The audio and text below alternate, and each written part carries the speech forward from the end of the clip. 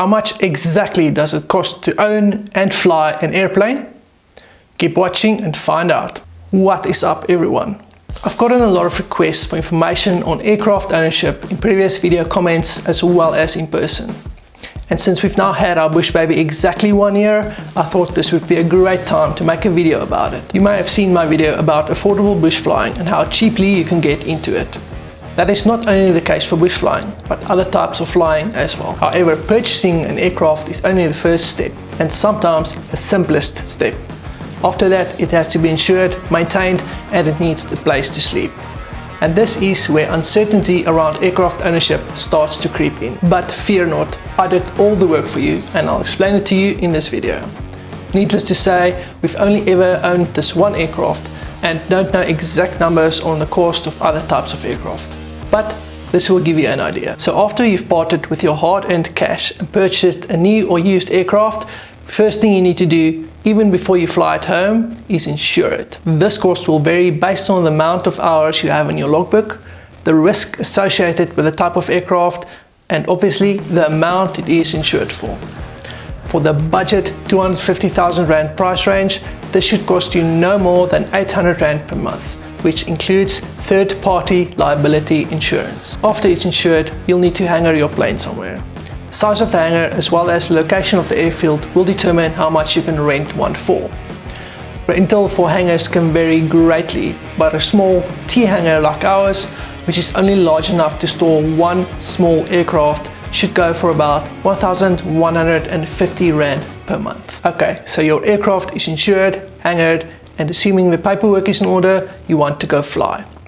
The first money out of your pocket will go towards fuel.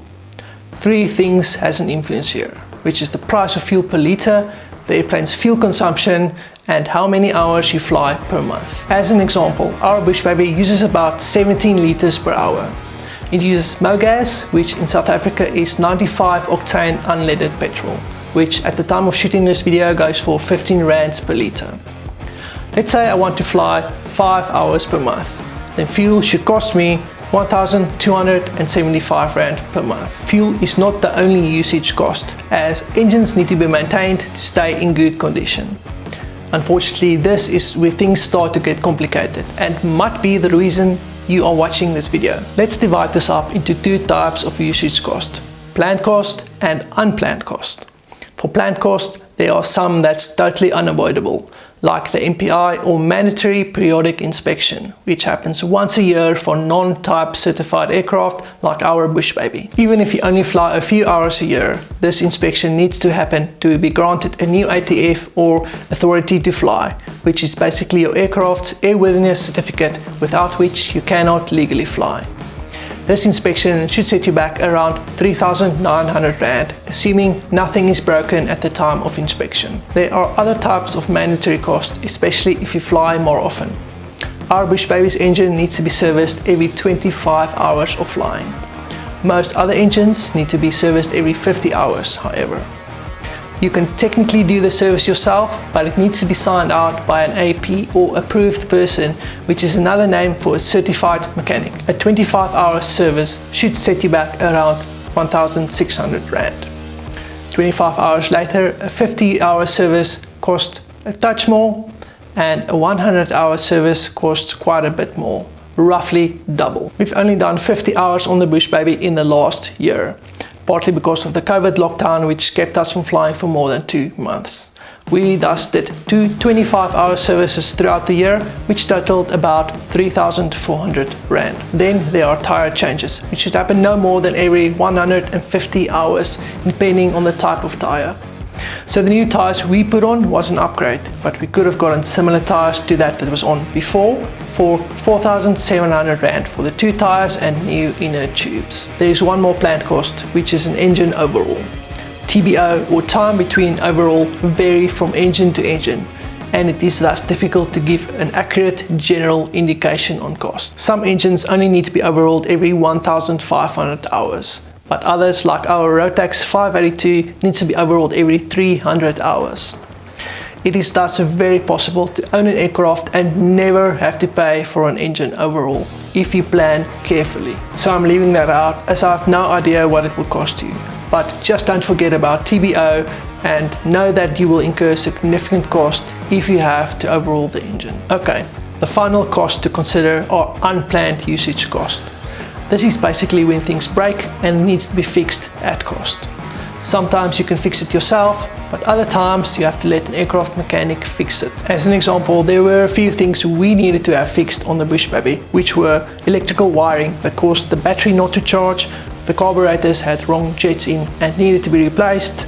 We needed to replace the seals on the water pump as well as replace the battery. Okay, I hope you're still following along, as it all might seem a bit crazy at this point. Keep in mind, our Bushbaby wasn't in perfect condition when we bought it, and we needed to have several things fixed. So it's very possible to go through your first year of ownership with little or none of the unplanned usage cost that I mentioned. But we'll use our actual cost over the last year as a real life example. Okay, so what was the total cost for the first year of ownership? Here's a recap and a summary. Insurance at 800 Rand per month. Hangarage at 1,150 Rand per month.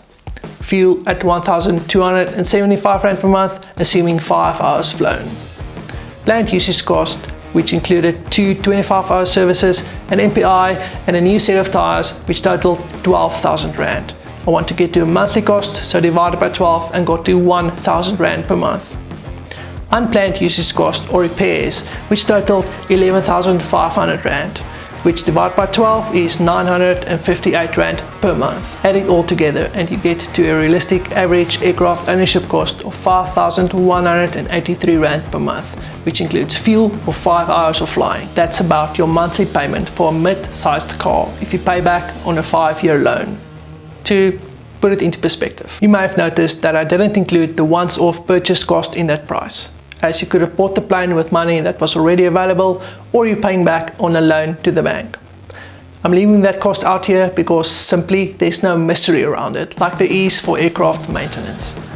You can calculate online what the monthly payment will be on a loan to the bank. There is actually another minor cost associated with aircraft ownership, which is the authority to fly renewal at 360 Rand per year and the ICASA radio station license renewal at 154 Rand per year.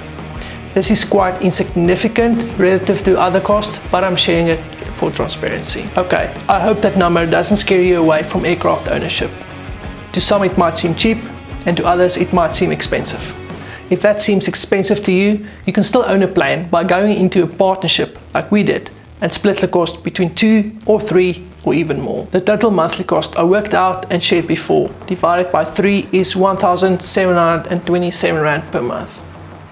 So suddenly, aircraft ownership doesn't seem that expensive or out of reach. For comparison, if you play golf, your club membership will cost you about as much. IMAX movie tickets for 2 people every weekend will actually cost you quite a bit more than that. That's crazy!